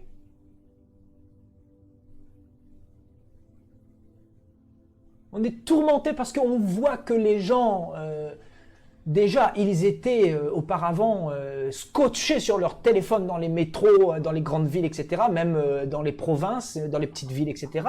Et aujourd'hui, avec le coronavirus, je ne vous dis pas, les distances qu'on met davantage entre les humains, en fait, on est tourmenté. Et en fait, on comprend la parole du Seigneur qui dit que l'amour du plus grand nombre va grandir. L'amour du plus grand nombre va se refroidir. Mais effectivement, on vous demande de rester à 2 mètres, à 3 mètres de distanciation sociale. Ah ben effectivement, on vous dit de mettre une vitre plexiglas entre vous et vos clients si vous travaillez dans, je sais pas, dans un métier par exemple, avec du public. On vous demande de ne pas vous asseoir sur les sièges où il y a une feuille. Donc attention, distanciation sociale, Covid, gardez vos distances. Il y a de quoi être tourmenté, frères et sœurs. Voilà, c'est ça les ténèbres. Voilà, on est dedans là. Vous voyez, et on nous dit que Lot était aussi dans cette période à son époque. Il était tourmenté, vous voyez, tourmenté journellement, c'est-à-dire quotidiennement, comme nous. C'est pas nouveau, frères et sœurs. Sachez que l'état dans lequel vous êtes, c'est humain. Mais nous ne devons pas rester dans cet état, frères et sœurs. C'est humain. Le Seigneur aussi, il était angoissé. Ce fut un temps. Vous vous souvenez, avant d'aller sur cette croix, on nous dit que son âme était angoissée jusqu'à la mort. Waouh! Hein, dans le livre de Jean, nous le voyons. Le Seigneur dira, mon âme est angoissée. Il parlera d'angoisse. Il était angoissé, effectivement. Vous savez, quand il y a les ténèbres, nous, les enfants de Dieu, que vous le vouliez ou pas, il y a l'angoisse. C'est humain. Mais on ne doit pas rester dans cet état d'angoisse. Le Seigneur nous a dit de ne pas nous inquiéter, qu'il était au contrôle. Vous savez, le Seigneur lui-même était humain. Et il dira quoi? Mon âme est angoissée. Le Seigneur, il ne méritait pas de mourir, effectivement. Et la question que j'aimerais nous poser, quel a été le sort de Lot? Lot a été enlevé. Lot n'a pas été jugé dans Sodome et Gomorrhe. Le Seigneur a épargné Lot. Pourquoi le Seigneur a épargné Lot? Parce que Lot était juste.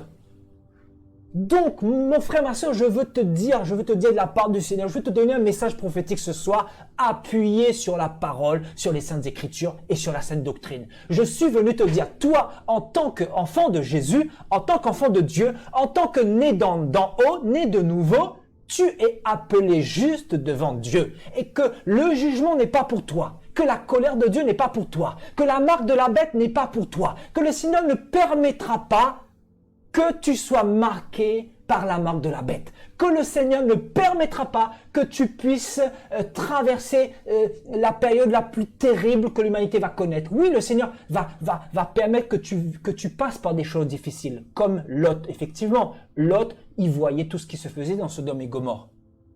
Il y avait beaucoup d'abominations, beaucoup de péchés, beaucoup d'homosexualité, beaucoup de lesbianisme, beaucoup d'immoralité.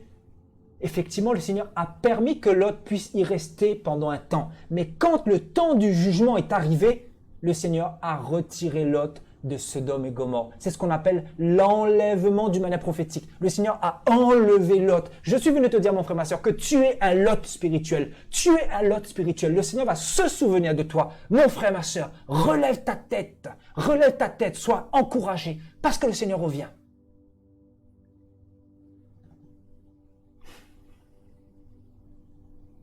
Lot a été enlevé par le Seigneur. Il a été enlevé, c'est-à-dire, pas au ciel, il a été épargné. C'est-à-dire, il n'a pas péri dans le déluge de feu, la pluie de feu qui s'est abattue sur Sodome et Gomorrhe. Et c'est pour ça que le verset 9 nous dit, le Seigneur s'est donc délivré de l'épreuve. Le Seigneur s'est délivré de l'épreuve les hommes pieux et réserver les injustes pour être punis au jour du jugement. Vous voyez? Et il y a des personnes qui vous prêchent que l'Église va traverser la grande tribulation. Ils ont été envoûtés. Je ne dis pas que l'Église ne connaîtra pas des tribulations, ce n'est pas mon message. Mon message, c'est pas que vous ne connaîtrez pas des choses difficiles. D'ailleurs, nous sommes dans une période difficile. Mon message, c'est pas ça. On va connaître des choses difficiles. Le Seigneur a dit, celui qui persévérera jusqu'à la fin sera sauvé. Pourquoi il a dit ça? Oui, ça concerne deux temps. Ça concerne bien sûr la période de l'Église, ça concerne ses enfants. Et les enfants du Seigneur vont vivre aussi, il y en a qui vont traverser la grande tribulation, c'est-à-dire ceux qui vont rater l'enlèvement. Donc ce message a une vision globale.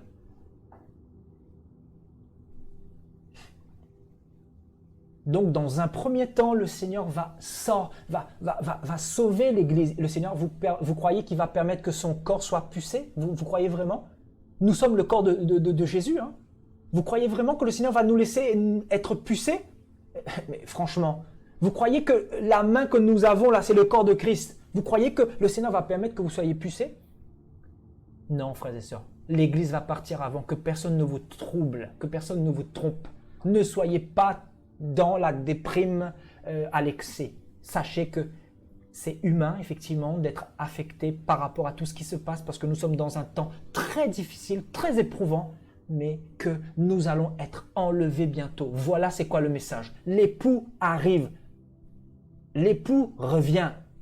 Allez à sa rencontre. C'est ça le message. Alléluia. Et regardez dans Matthieu 26, là, regardez, on va voir quelques éléments également. Regardez. On va lire le verset 31, Matthieu 26, verset 31.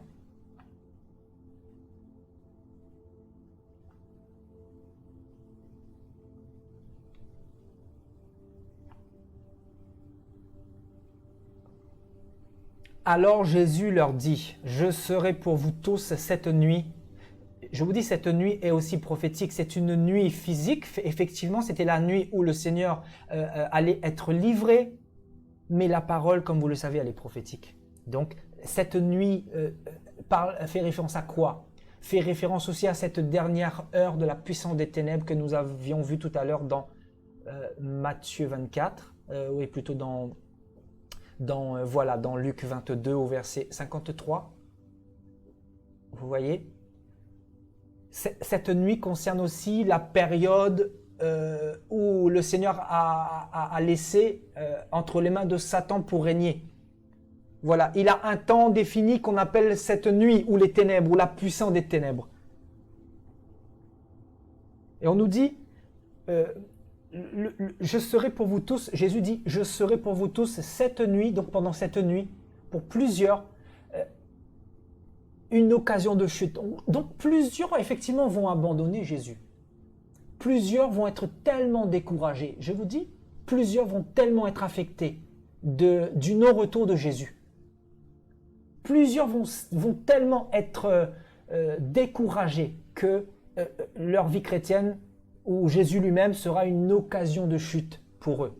Et car il est écrit, je frapperai le berger, donc le berger qui a été frappé bien sûr est retranché. Et donc les brebis du troupeau seront dispersées.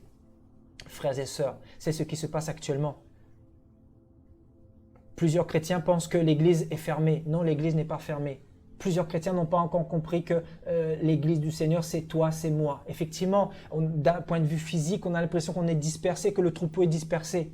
Mais l'Église du Seigneur n'est pas localisée quelque part. L'Église du Seigneur est répartie dans le monde entier. L'Église du Seigneur, ce sont ses véritables enfants, ces véritables brebis qui ne marchent pas dans le péché, les véritables brebis qui sont réveillés au niveau de leur esprit, les véritables brebis qui se remettent en question, qui se préparent, qui sont équipés jour après jour, qui méditent la parole, qui veulent être sauvés tout simplement. Les véritables brebis qui sont sincères avec Jésus, même s'ils sont faibles, même s'ils ont des défauts, mais ce sont des personnes qui sont conscientes, des personnes qui veulent être sauvées, des personnes qui se préparent de l'huile en conséquence pour pouvoir tenir dans cette période très difficile, malgré la dispersion, soi-disant cette dispersion que beaucoup prônent. Les gens disent que les églises sont fermées, que les brebis sont dispersées, mais non, les brebis du Seigneur ne sont pas dispersées. Les brebis du Seigneur, on ne peut pas diviser le corps de Christ. Le corps de Christ est composé de frères et sœurs qui sont nés d'en haut. Voilà, l'Église n'est pas dispersée. Effectivement, les brebis sont un petit peu partout, réparties, réparpillées, si vous voulez. Mais néanmoins, l'Église du Seigneur n'est pas divisée. Le Seigneur connaît son Église. Alléluia. Et allons voir quelques éléments un peu plus bas. Vous voyez ici, regardez, le Seigneur dit à Pierre, je te dis en vérité, cette nuit, le Seigneur parle aussi de cette nuit. Pourquoi cette nuit? Vous savez, c'est la nuit que ça se passe. Hein. Vous savez, c'est pendant la nuit que les gens renient le Seigneur. Hein. C'est waouh. Il dit, cette nuit même, avant que le coq chante, tu me renieras 3 fois. Frères et sœurs, cette parole a un aspect vraiment très prophétique. Vous savez, le coq commence à chanter au milieu, vers 2, 3 heures du matin, 4 heures du matin, au lever du jour, hein, à l'aube, donc à la lever du soleil, et je dirais vers 3, 4 heures du matin. Donc en fait, le chant du coq représente un petit peu 3, 4 heures du matin, c'est-à-dire là, là c'est carrément Jésus, il revient quoi. Jésus va revenir plutôt vers le chant du coq, vous voyez. Et on nous dit, cette nuit même, donc la nuit, le Seigneur dit que plusieurs de ces chrétiens vont le renier, et non pas de manière, c'est-à-dire d'une manière à revenir, mais le renier définitivement, c'est-à-dire 3 fois. 3 fois représente aussi la détermination de cet acte-là. Donc, des chrétiens qui vont renier le Seigneur pendant cette nuit prophétique-là. Pendant le règne de Satan, il y a plusieurs qui vont tellement être déprimés, qui vont baisser les bras, qui vont perdre la foi et qui vont finir par renier le Seigneur. Vous voyez? comme ce fut le cas de notre frère Pierre, bien sûr, qui a obtenu la grâce du Seigneur parce qu'il est revenu plus tard. Et il a été conscient de son erreur. Mais plusieurs ne reviendront pas, frères et sœurs. Je vous dis. Vous voyez? Donc on parle de cette nuit, d'accord? Donc cette nuit prophétique aussi, en même temps. Donc on parle de minuit, on parle du chant du coq. À chaque fois, on nous parle de la nuit, donc des ténèbres. La nuit représente les ténèbres d'un point de vue général. Alléluia. Voilà, c'est ce que je disais tout à l'heure. Regardez le passage dont je vous parlais tout à l'heure, au verset 37. Il prit avec lui Pierre et les deux fils de Zébédée et il commença à éprouver de la tristesse et des angoisses. Il leur dit alors, mon âme est triste jusqu'à la mort. Restez ici et veillez avec moi. Vous voyez, pendant la nuit, qu'est-ce que le Seigneur nous encourage à faire? C'est de veiller avec lui. C'est de veiller avec lui. Il est là avec nous. C'est de prier afin que nous ne puissions pas tomber en tentation et baisser les bras dans la déprime, dans la tristesse. Vous voyez, Jésus lui-même était humain. Et vous voyez, lui-même, il a été accablé de tristesse. Il a été accablé d'angoisse.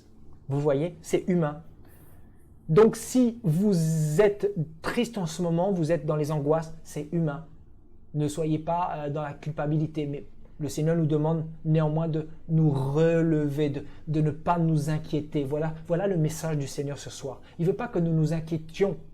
Parce que, frères et sœurs, cette période est déjà longue. C'est pour ça que le Seigneur veut nous interpeller pour nous relever. Parce que cette période, elle est longue. Elle a commencé depuis déjà le mois de mars. Avec les confinements, il y a eu beaucoup de déprimes. Il y a beaucoup de personnes qui, au lieu justement de passer du temps avec le Seigneur, ils sont découragés, ils sont déprimés, angoissés, et donc voilà, ils perdent la foi par conséquence. Vous voyez? Alléluia. Oui, donc le Seigneur lui-même, il a subi cette angoisse aussi. Oui, donc le Seigneur était humain, donc voilà. Et le Seigneur dit quoi?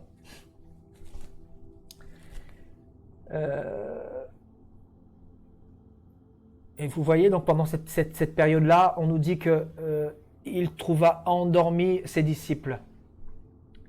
Et il dira à Pierre, vous n'avez donc pu veiller 1 heure avec moi. Veillez et priez afin que vous ne tombiez pas dans la tentation.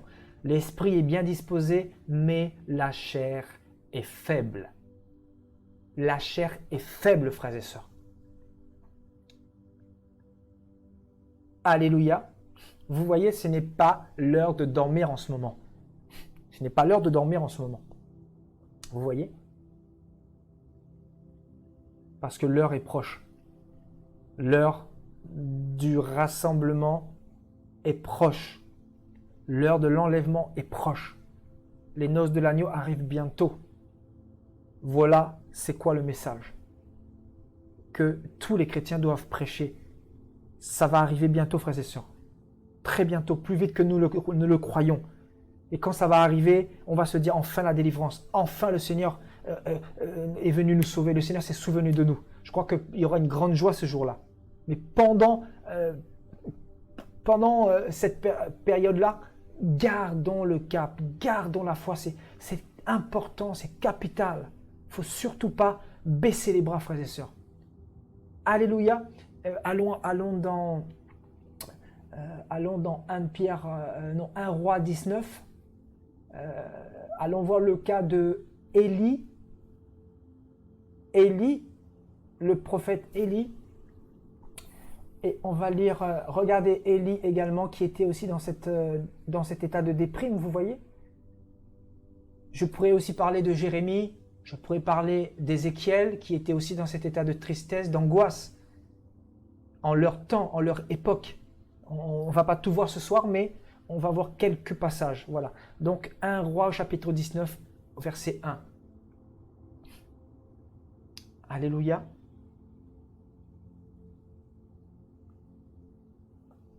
Akab rapporta à Jézabel tout ce qu'avait fait Élie et comment il avait tué par l'épée tous les prophètes.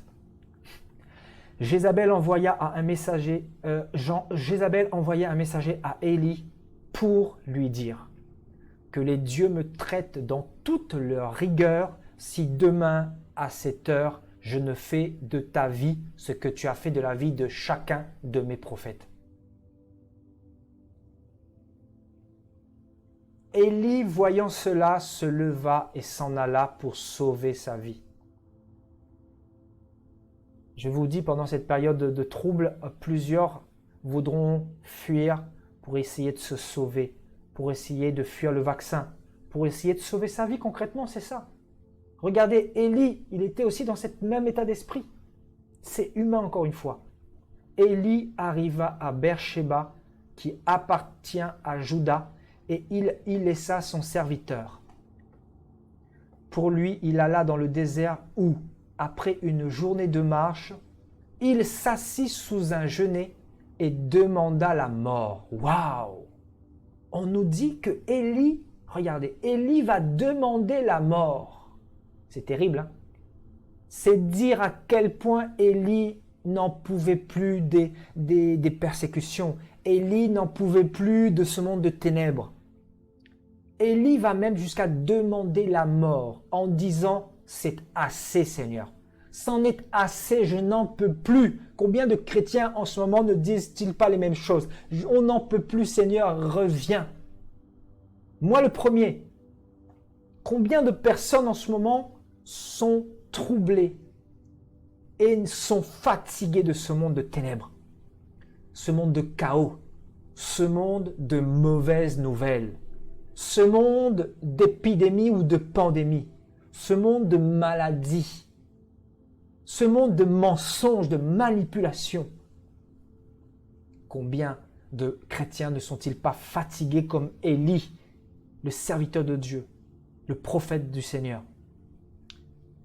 On nous dit qu'il va demander la mort en disant c'est assez. Vous voyez, c'est arrivé aussi à nos frères et sœurs d'autrefois. Et regardez, Élie dira « Maintenant, Éternel, prends mon âme, car je ne suis pas meilleur que mes pères. » Et regardez, il était découragé. Là, on est en train d'étudier le découragement et l'angoisse de notre frère Élie. On nous dit « Il se coucha et s'endormit sous un genêt. » Combien de chrétiens ne dorment-ils pas pour oublier tout ce qui se passe en ce moment? Ça nous arrive tous, n'est-ce pas? Vous savez, les gens qui dorment beaucoup en général, c'est parce qu'ils veulent fuir la réalité, ils veulent fuir les ténèbres, ils veulent fuir tout ce qui se passe. C'est une manière de fuir ceux qui dorment plus que de raison. Je vous dis, Élie va se réfugier sous le sommeil. Dans le sommeil. Waouh! Vous voyez?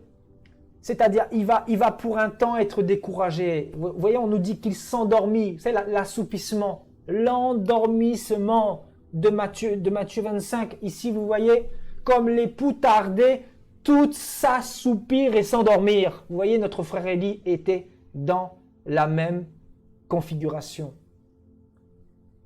Il était fatigué. C'est ça qu'il faut comprendre. Il était fatigué. Il n'en pouvait plus. Il était au bord.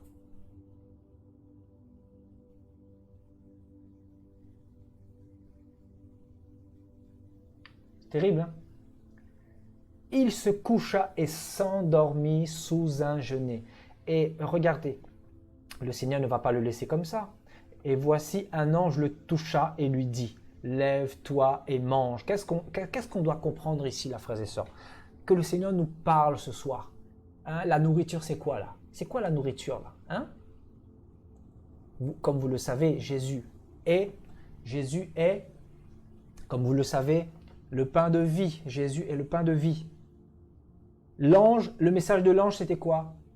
Élie, lève-toi, ne déprime pas, arrête d'angoisser, lève-toi et mange. Prends de la force, prends de l'huile, littéralement, prends de l'huile, afin que tu puisses faire face justement à ce monde de ténèbres, ce monde de chaos, afin que tu puisses continuer la route. Parce qu'on nous dit qu'après, Élie va marcher pendant combien de temps? On va le voir. Il va marcher pendant 3 jours et 3 nuits. C'est terrible. C'est terrible. C'est terrible. Je crois même plus, hein, on va le voir, on va le voir. Vous voyez, donc, Élie devra prendre des forces. En fait, je crois qu'il y a un enseignement aussi derrière ça, vous voyez.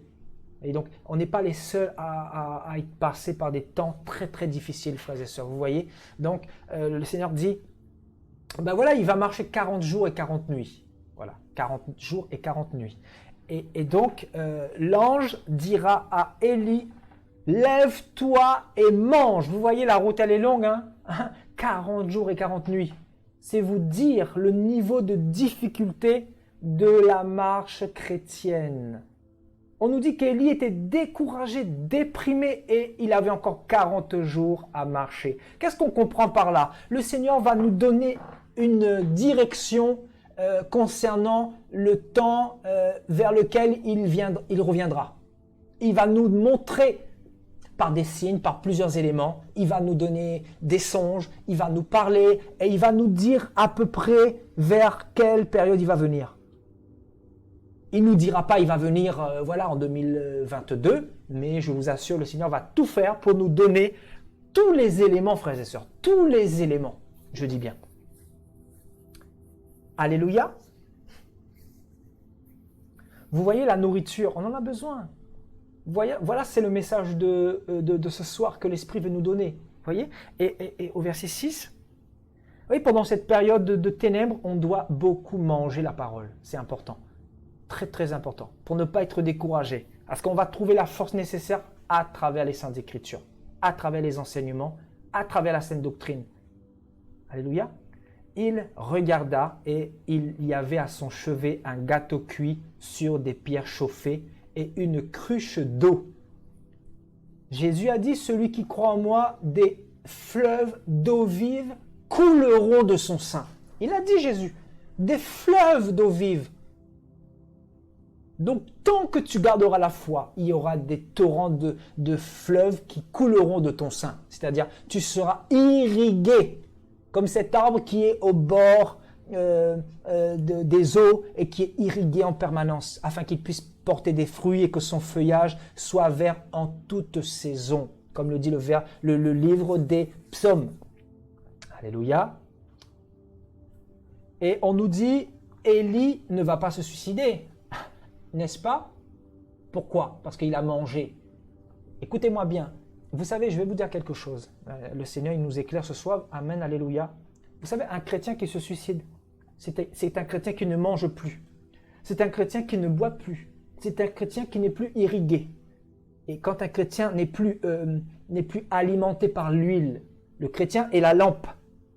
Alléluia, nous sommes la lumière du monde. Donc, nous sommes une lampe. Et si le chrétien n'est plus alimenté par l'huile, il ne peut plus éclairer. C'est-à-dire, il est dans les ténèbres. Il se retrouve dans les ténèbres. Et c'est là qu'il commence à avoir des pensées de suicide.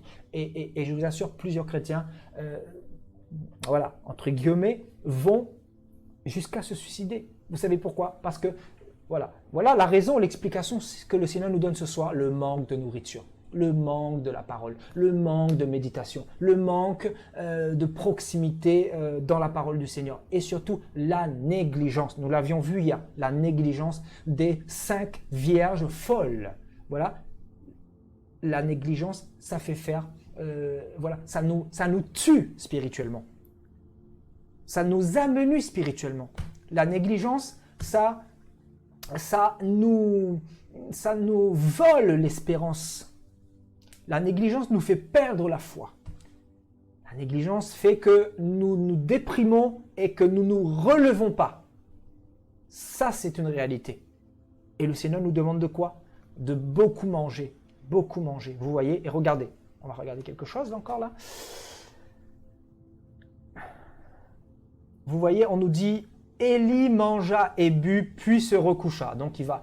En fait, qu'est-ce qu'on comprend ici? Élie était fatigué, il va se recoucher. Il était tellement déprimé que malgré la nourriture, il va davantage dormir. Il va se recoucher. Vous savez pourquoi? Il était trop fatigué de tout ce qu'il voyait. Il était accablé. Il était beaucoup déprimé. Et regardez la finalité. Regardez. L'ange de l'Éternel vint une seconde fois, le toucha et dit, « Lève-toi, mange. Vous voyez une deuxième fois, quel va être le message de l'ange? Lève-toi, mange, car le chemin est trop long pour toi. Waouh, quel message! Quel message! Lève-toi, mange, car le chemin est trop long pour toi. Frères et sœurs, si vous commencez à déprimer, ça peut arriver de déprimer, mais il ne faut pas rester dans cet état-là. Parce que si on commence à déprimer quand il y a un petit bobo, qu'est-ce que ça va devenir bientôt? Quand il y aura le vaccin, quand il y aura des choses plus difficiles. Vous comprenez? On doit, je crois, faire confiance au Seigneur. On doit le faire confiance. De toute façon, on n'a pas le choix. On n'a pas le choix. Vous croyez qu'on a le choix? On n'a pas le choix. On va s'adapter. On va s'adapter. Et le Seigneur, il est là de toute façon. Il va nous garder. Il va nous protéger. Il va nous dire ce que nous devons faire. Il va nous garder. Il va nous donner la direction. Toujours. Jésus, il est là. Nous l'avons donné nos vies, pas pour n'importe quoi. C'est vraiment pour avoir une direction toujours, frères et sœurs. Et surtout, être dans l'espérance, quoi qu'il arrive. Que rien ne puisse nous voler cette foi. Parce que l'époux va tarder, mais l'époux revient. C'est une réalité. Alléluia. Voyez donc, lève-toi, mange, car le chemin est trop long. Vous voyez, le chemin est trop long. Quelle parole! Et regardez, pour la seconde fois, Élie va se lever, il va manger et boire. Vous voyez? Manger et boire. Alléluia.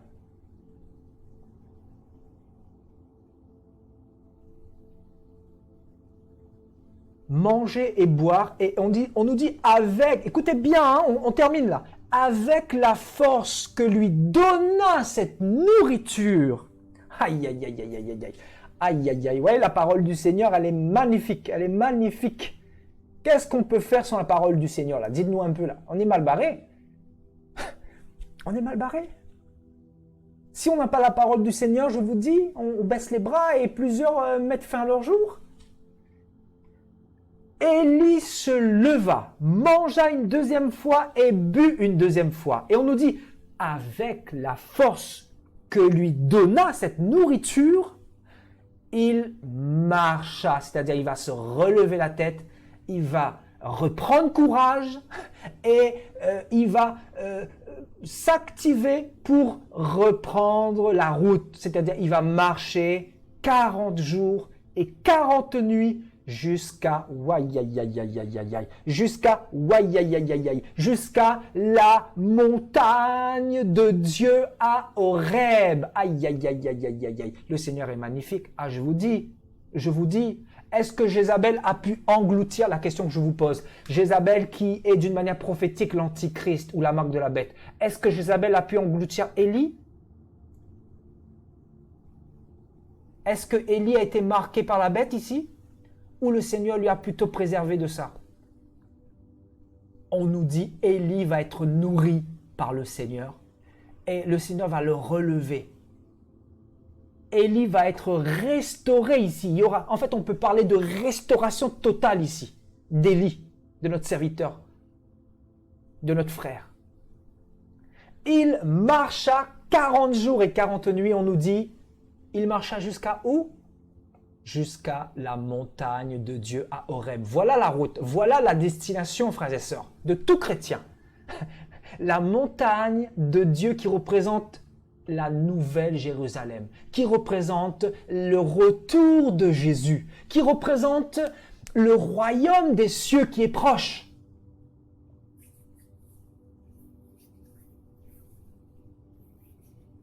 Terrible, hein?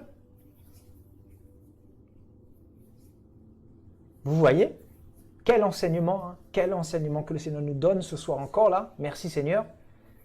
Il faut beaucoup passer du temps dans la parole pour comprendre vraiment que le Seigneur ne va pas nous laisser dans la galère. Il sera là.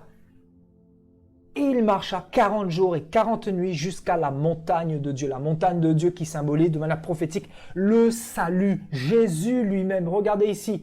Voici l'époux est allé à sa rencontre. Vous voyez, la rencontre de l'épouse, c'est où? Bien sûr, c'est en direction du royaume des cieux. On se prépare et on se sanctifie. Pourquoi en ce moment? C'est pour le royaume des cieux. C'est pour les noces de l'agneau. C'est pour le retour de Yahushua HaMashiach, qui est le roi des rois, le Seigneur des seigneurs, le Dieu d'Israël, le Dieu des nations, le sauveur de tous les hommes.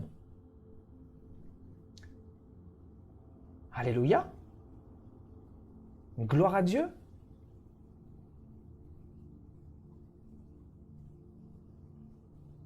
Voilà, frères et sœurs. Et on nous dit quoi un peu après là? Regardez. Vous savez qu'est-ce qui s'est passé? Regardez. Quand il est... Voilà, je pense qu'on va terminer comme ça là. On va parler de l'enlèvement dans quelques temps. Voilà, les prochains enseignements, les prochaines exhortations et les prochains enseignements, ça sera sur l'enlèvement de l'Église et tout ça, sur le repos de Dieu. On a besoin de comprendre beaucoup de choses là dans ces temps difficiles, hein, que le Seigneur nous relève de plus en plus parce que c'est vraiment une période où on a besoin d'encouragement en fait. Et c'est ce que le Seigneur nous montre, hein, que plusieurs sont découragés, effectivement, sont déprimés. Mais bon, voilà, la parole de Dieu nous montre clairement que plusieurs ont été, comme nous, découragés, mais ils n'ont pas abandonné, vous voyez? Et regardez, on nous dit que la finalité, je crois qu'on va parler de ça prochainement, hein, d'accord? On va parler de l'enlèvement. On nous dit que Élie va être enlevé. La finalité, c'est quoi? Élie va être enlevé. Donc, tous ceux qui vous disent que l'Église va passer la grande tribulation, dites-leur effectivement, l'Église, vous leur dites clairement, vous leur dites effectivement, c'est une réalité, l'Église va passer la grande tribulation. Mais vous leur dites également que cette Église, c'est la fausse Église. Vous leur dites également qu'il y a deux Églises. Vous leur dites également que c'est l'Église des 850 prophètes de Jézabel. Vous leur dites également que c'est l'Église apostate. Vous leur dites que c'est cette Église-là qui sera sous la colère de Dieu.